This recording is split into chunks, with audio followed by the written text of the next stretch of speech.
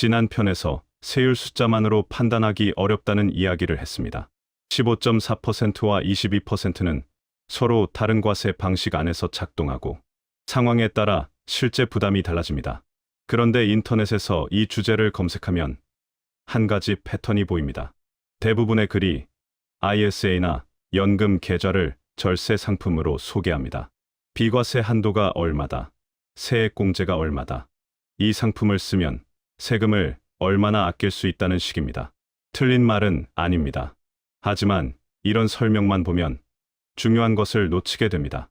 ISA와 연금 계좌는 단순한 절세 상품이 아닙니다.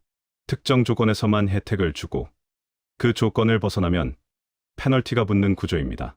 왜 이런 구조로 설계되어 있을까요? 오늘은 이 계좌들이 어떤 규칙 위에서 작동하는지를 살펴보겠습니다.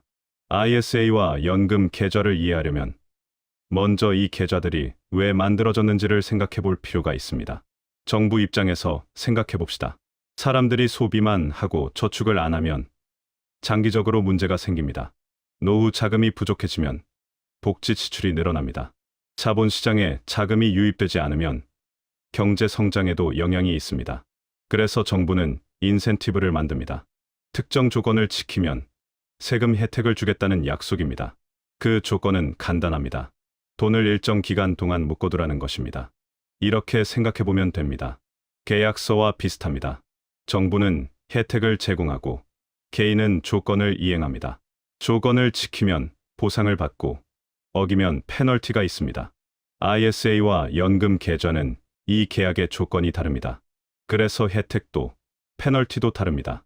ISA는 Individual Savings Account의 약자입니다. 한국어로는 개인종합자산관리계좌라고 합니다. 이 계좌의 핵심 조건은 3년입니다. 최소 3년간 유지해야 혜택을 받을 수 있습니다. 혜택은 두 가지입니다. 첫째, 비과세 한도가 있습니다. 일반형 기준으로 수익 200만 원까지는 세금이 없습니다. 서민형 농어민형은 400만 원입니다. 둘째, 비과세 한도를 초과한 수익에는 9.9%의 분리과세가 적용됩니다.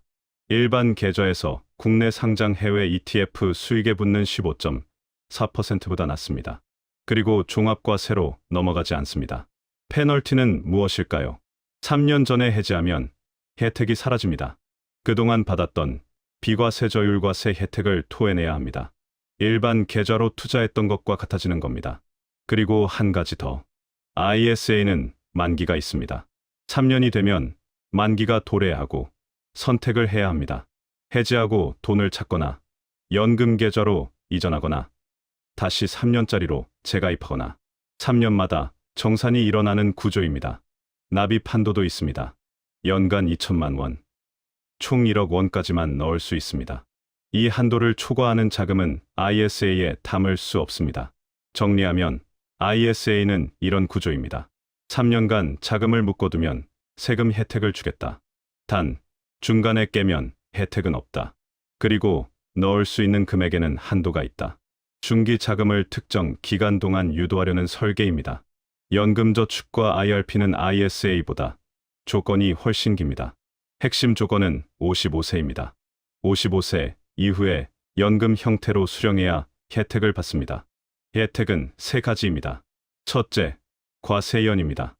계좌 안에서 ETF를 사고 팔거나 배당이 들어와도 인출 전까지는 세금이 없습니다. 세금 없이 복리로 굴릴 수 있는 기간이 길어지는 겁니다. 둘째, 저율과세입니다. 55세 이후 연금으로 받을 때 나이에 따라 3.3%에서 5.5%의 연금소득세만 냅니다. 해외 직접 투자의 22%, 일반 계좌의 15.4%와 비교하면 낮은 세율입니다. 셋째, 세액공제입니다. 납입 금액의 일정 비율을 연말정산 때 돌려받습니다.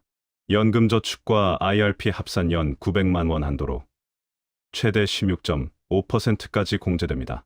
900만 원을 납입하면 최대 148만 5천 원을 돌려받을 수 있는 구조입니다. 페널티는 무엇일까요?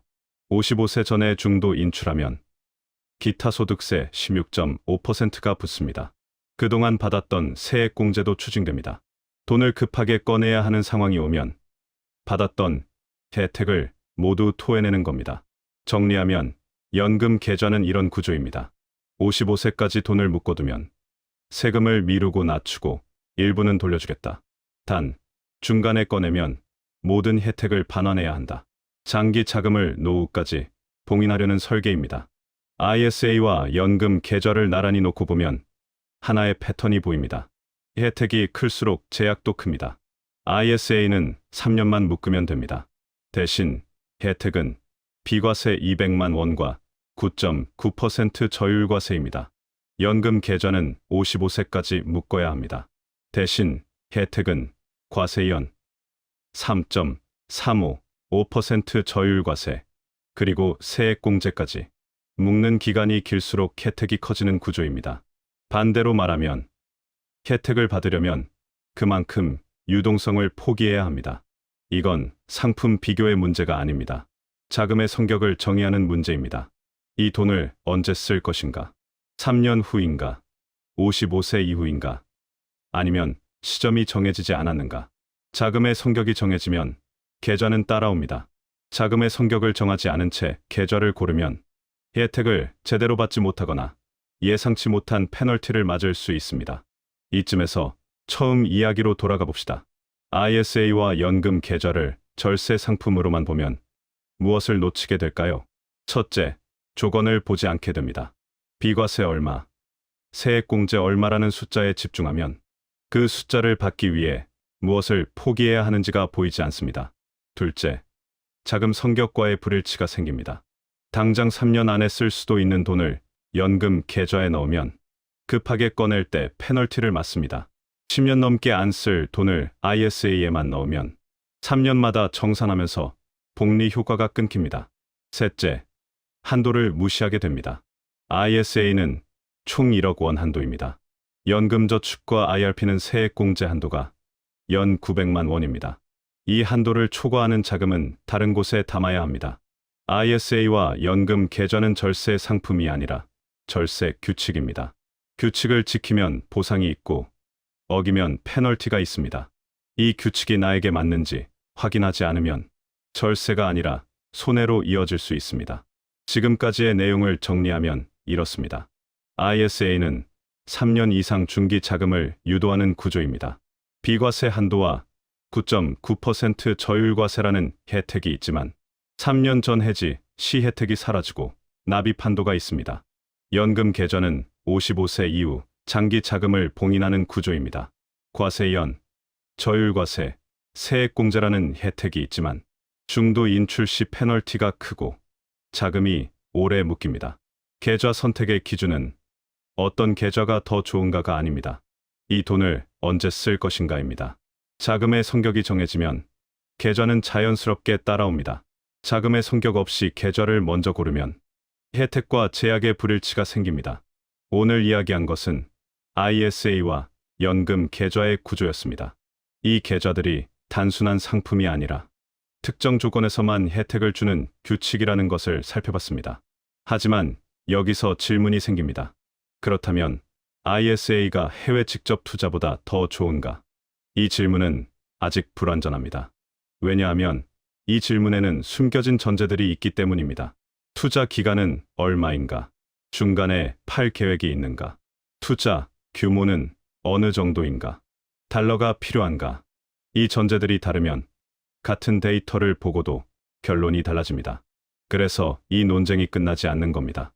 다음 편에서는 이 논쟁이 왜 반복되는지, 그리고 각자의 상황에서 무엇을 기준으로 판단해야 하는지를 다루겠습니다.